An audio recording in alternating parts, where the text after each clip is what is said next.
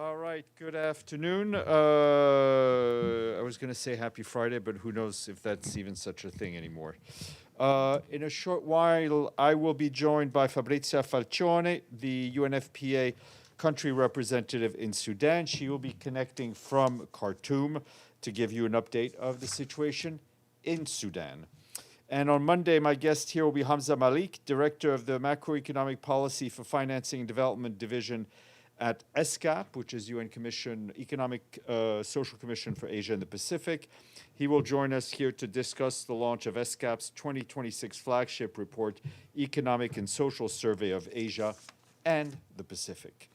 Today, the Secretary General is in The Hague, where about an hour ago, he addressed the solemn sitting of the court to celebrate the 80th anniversary of the International Court of Justice's inaugural session.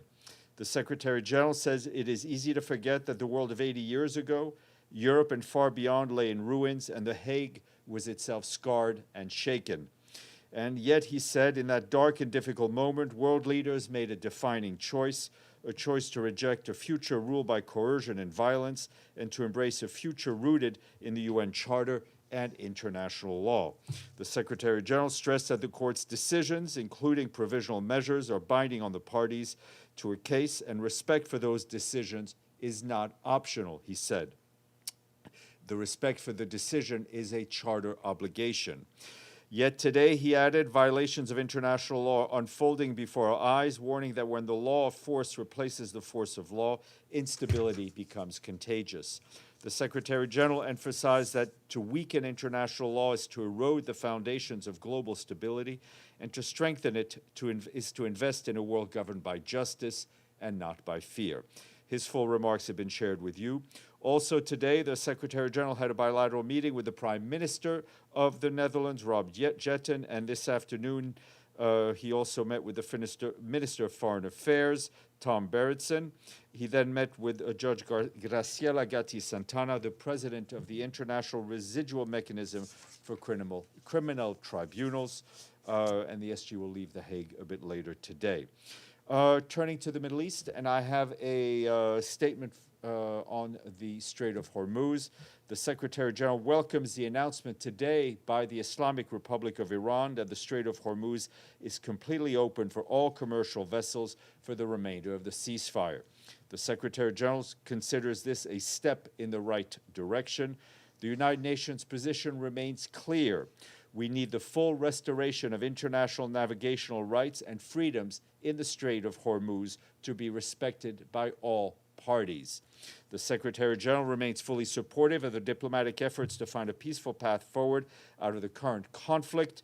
He also hopes that together with the ceasefire, this measure will contribute to creating confidence between the parties and strengthen the ongoing dialogue being facilitated by Pakistan. Turning to Lebanon, you saw that yesterday we issued a statement in which the Secretary General welcomed the announcement of a 10-day ceasefire in Lebanon between Israel and Lebanon, and he commended the role of the United States in facilitating that ceasefire. The Secretary General very much hopes that this ceasefire will pave the way for negotiations and the full implementation of Security Council Resolution 1701 towards a long-term solution to the conflict. The Special Coordinator for Lebanon, Janine Hennes-Plasschaert, continues her good office's engagement with all stakeholders to support the parties to fulfill the full implementation of the Security Council resolution towards a permanent ceasefire. Meanwhile, our Blue Helmet colleagues report that they have not detected projectiles from north to south or airstrikes in the area of operations since midnight. On the ground in Lebanon, our humanitarian partners say that some displaced families are starting to return to Beirut's southern suburbs, as well as to southern Lebanon, including parts of Nabatea and Tyre. According to our partners, local authorities, thousands of people were seen traveling south early this morning, with major roads congested, particularly near the villages of Kasmia and Zefta in southern Lebanon, despite extensive damage to bridges and civilian infrastructure. Reinforced pipes and other temporary fixes have been installed at river crossings in the south in the southern governorates and the coastal route to Kasmiyeh in order to facilitate returns. But our humanitarian colleagues warned that the risk to people's safety remain. Unexploded ordnances in many residential areas across the south and Nabatea governorates pose an immediate danger. As of 5 p.m. Lebanon time today, 113,000 people were in collective shelters. That's down from 141,000 just yesterday. As a reminder, some 1.2 million people were displaced during the escalation, and our partners continue to support humanitarian response in close coordination with Lebanese authorities at the local and national level. Turning to the occupied Palestinian territory, our colleagues at OCHA tell us that attacks on residential areas are continuing to be reported in all parts of the Gaza Strip. Yesterday, there is no guaranteed safety for civilians anywhere in Gaza, they tell us. Yesterday, attacks were reported across all 5 governorates, with airstrikes, shelling, Navy fire, and shooting causing casualties. In Deir al-Balah, bullets hit the UNRWA Maghazi Health Center, reportedly causing damage and injuries. OCHA stresses that civilian infrastructures must always be protected and never be targeted. Despite the risks, humanitarian support continues, including through a joint UN-run response mechanism that secures quick support to families affected by weather events and other sudden developments. Last week, we and our partners gave aid to more than 300 households through this mechanism. Dozens of them received tents and hundreds received tarpaulins, blankets, and other essential household items. Today, the UN Population Fund warned of economic hardship leading to reduced income, limited access to essential services, and increased exposure to exploitation and abuse among an estimated 57,000 women who lead their households. They also reported high levels of child marriage, which is used as a harmful way to cope with hardship. In the first 3 months of 2026, safe spaces and women's shelters supported over 23,300 women and girls with case management and service to respond to gender-based violence. A couple of travel announcements. First from Jean-Pierre Lacroix, the Undersecretary General for Peace Operations, who will travel to Cyprus and Switzerland from the 19th to the 24th. In Cyprus, he'll meet with authorities from both sides to discuss the current situation and the role of the UN peacekeeping mission there in supporting stability on the island, including efforts to facilitate dialogue, prevent tensions, and maintain calm around the buffer zone. He will also meet with the mission's leadership, diplomatic community, and mission personnel. In addition, Mr. Lacroix will engage with youth representatives and take part in the launch of the global Through Her Lens photo exhibit, which highlights the role of women in advancing peace and security. The peacekeeping chief will then visit Switzerland from the 21st to the 24th of April. In Bern, he will discuss peace and security operations with Swiss authorities and meet with Swiss peacekeepers and their leadership at the Swiss Armed Forces Peacekeeping Center in Stans, Switzerland. He will then travel to Geneva, where he'll open the 29th International Meeting of Mine Action National Directors and UN advisors, which brings together experts to advance best practice in addressing explosive hazards, ranging from improvised explosive devices to anti-tank mines. And also traveling is Volker Turk, the High Commissioner for Human Rights. He'll be going to Mexico, 19th to the 22nd of April. In Mexico City, Mr. Turk intends to meet with President Claudia Sheinbaum and other senior officials, as well as civil society representatives and victims of human rights violations.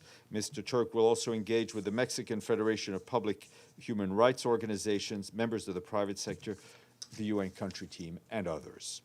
And back here, the Security Council held an open briefing on South Sudan. Anita Kiki-Gebebo, the newly appointed special representative head of the mission, briefed council members, stressing that South Sudan's challenges cannot be resolved militarily. A sustained political pathway is essential, and the mission is supporting regional engagements through the AU-IGAD-UN trilateral framework. Briefing from VTC from Berlin, Tom Fletcher, the head of our humanitarian department, said 2/3 of the population needs humanitarian support this year, including over 7.5 million people who will need food assistance, while the $1.46 billion humanitarian appeal plan for 2026 is only 22% funded. He called for the urgent council action to ensure humanitarian access, boost flexible funding, and press the parties to uphold ceasefires and advance the peace agreement. The Secretary General, meanwhile, is following with interest the visit of Pope Leo XIV to Cameroon, which is being conducted under the banner of peace. The Secretary General calls on all actors to capitalize on the momentum of the Pope's visit to Bamenda in the northwest region, including the announced break in fighting. The United Nations remains willing to support any efforts in that direction. And from Afghanistan, our OCHA colleagues warned that cross-border hostilities, including shelling, airstrikes, and clashes between Afghanistan and Pakistan since late February, have driven humanitarian needs higher. Civilian infrastructure has been damaged or destroyed, including hundreds of homes, while dozens of health facilities and schools have also been damaged or destroyed. Humanitarian aid continues to be hindered, and explosive hazards remain a threat. Hundreds of civilian casualties have been reported in that regard. Last night, a woman was killed due to shelling in Dangam district in the province of Kunar. In addition, 3 people were killed on Wednesday in Pakistan's Khyber province as a result of shelling from Afghanistan. Our education partners say that a school in Kunar province was struck on Wednesday. Fortunately, no casualties were reported, but the school was severely damaged. Although the main supply road between the district Narin, Kunar, and Kamdesh in the province of Nuristan opened on Monday after having been closed for 2 months, UN road missions remained suspended due to security concerns. Border crossings between Afghanistan and Pakistan remain mainly closed. The violence has also so far displaced more than 94,000 people in the province of Kos, Kunar, Nangarhar, Paktika, and Nuristan. We and our partners are assessing humanitarian needs in those hard-to-reach areas. Some 160,000 people are facing food insecurity, and around 90,000 have been reduced access to health services, while 12,000 students have had their education curtailed. Our partners warn that safety concerns remains high, including explosive hazards and gender-based violence. We reiterate once again that civilians and civilian infrastructure must be protected, and safe and sustained humanitarian access must be facilitated for people to be reached. Quick update from Haiti, and not a positive one. The World Food Program today called for support for Haiti as it issued a new report that shows that more than half of all Haitians continue to face acute food insecurity. An updated analysis from the Integrated Food Security Phase Classification System, the IPC, tells us that 5.8 million Haitians, or roughly 52% of the population, are facing crisis or worse levels of food insecurity. Of those, more than 1.8 million are dealing with emergency food insecurity for the period of March to June of this year. That means they're exhausting their last assets and unable to meet basic food needs. Last year, despite complex operating environment, WFP worked with the government and its partners to assist 2.7 million people in Haiti, but WFP needs 332 million United States dollars to maintain its crucial operations over the next 12 months. If enough funding is secured, the agency plans to reach more than 2.7 million people with critical emergency and resilience building support. Also from Haiti, our humanitarian colleagues say that new displacement following armed attacks earlier this week in the Southeast Department. According to IOM, violence on 13 April in Marigot displaced 1,300 people. Most of them are currently sheltering with host families. The agency also says this is the first time that displacement of this scale, directly linked to armed attacks, has been recorded in that department. This is an area that had previously served as a reception zone for people displaced by violence in other parts of Haiti. More than 165,000 men, women, and children are currently hosted privately across the department. OCHA is coordinating with humanitarian response where conditions allow, in close collaboration with authorities and its partners. However, ongoing insecurity and access constraints, combined with the scale of needs and limited funding, continues to affect the reach and pace of humanitarian assistance in affected areas. The $880 million humanitarian response plan for Haiti is just under 20% funded, with only $172 million received. Before we go to our guest on Sudan, I'd want to flag that the permanent missions of Denmark, Liberia, Kingdom of the Netherlands, and the UK, in partnership with UNHCR, are launching an opening of a photo exhibit entitled Faces of Sudan, Women in War, and that will take place on Monday in the delegates' entrance. The photos were taken by UNHCR Goodwill Ambassador Helena Christensen during her visit to Chad last year.